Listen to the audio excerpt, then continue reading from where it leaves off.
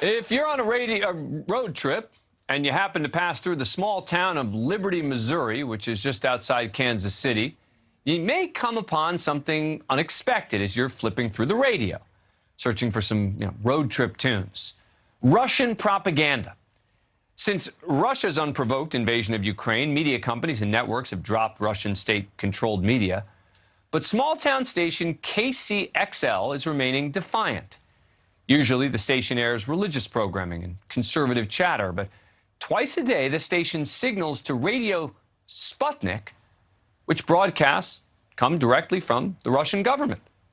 The station has been carrying the Russian propaganda for 2 years, and if you happen to tune in when they go to it, you may hear something like this. Media had a choice. It could fulfill its ethical, philosophical responsibility to hold government accountable and provide public with a good faith portrait of reality. That would, however, mean, if you care about integrity at all, grappling with the apocalyptic failures of the U.S. government and the vassal states of Europe that precipitated and provoked this tragedy in Ukraine. They continuously led Ukraine along. All of them fully understood that this was a red line. Ukraine being part of NATO, whether it was in fact or whether it was de facto, you're basically putting a knife to the throat of Russia and expecting it to do what?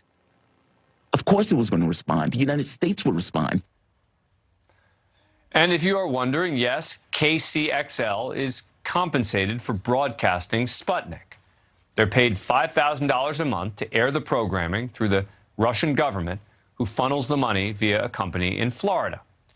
Now, my team reached out to the station's owner, Pete Chartel, and when we called the station to inquire about him appearing on the show tonight, he actually picked up the phone himself. And yes, he declined to join us, but did leave us this statement.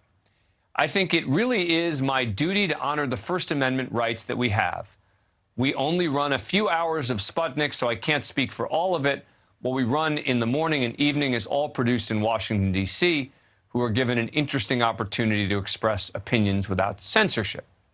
Now, keeping in mind that the First Amendment protects against government censorship, I'm not sure it's really that relevant. This is really a programming choice he's made, and a troubling one at that. When we asked him what he thought about the invasion, he simply replied that it was, quote, tragic and horrible. Now, someone could say that they want to air anti-Semitic or racist programming in the mornings and evening, and that, too, is a, quote, interesting opportunity to express opinion without censorship. Joining me now, Sean McDowell, a reporter from NewsNation's Kansas City station WDAF, Fox 4. He has been following this story extensively. All right, first of all, how did people find out about this? Did people call in from Liberty, Missouri and say, hey, by the way, this station is still airing this Russian propaganda?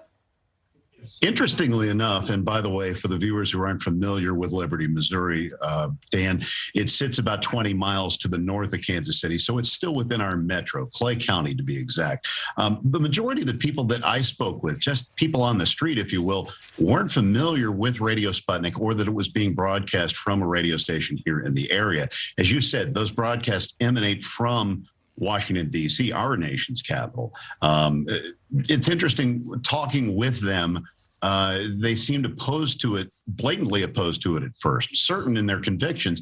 However, when I followed up and asked, okay, where does freedom of speech fit into this equation? That seemed to muddy the waters, if you will. Most folks were certainly opposed to the idea of Russian propaganda or Russian messages of any kind being shared right here in the heartland. However, when I said, do they have any leeway as far as the First Amendment, then that started the heads to scratching and opinions weren't quite as clear.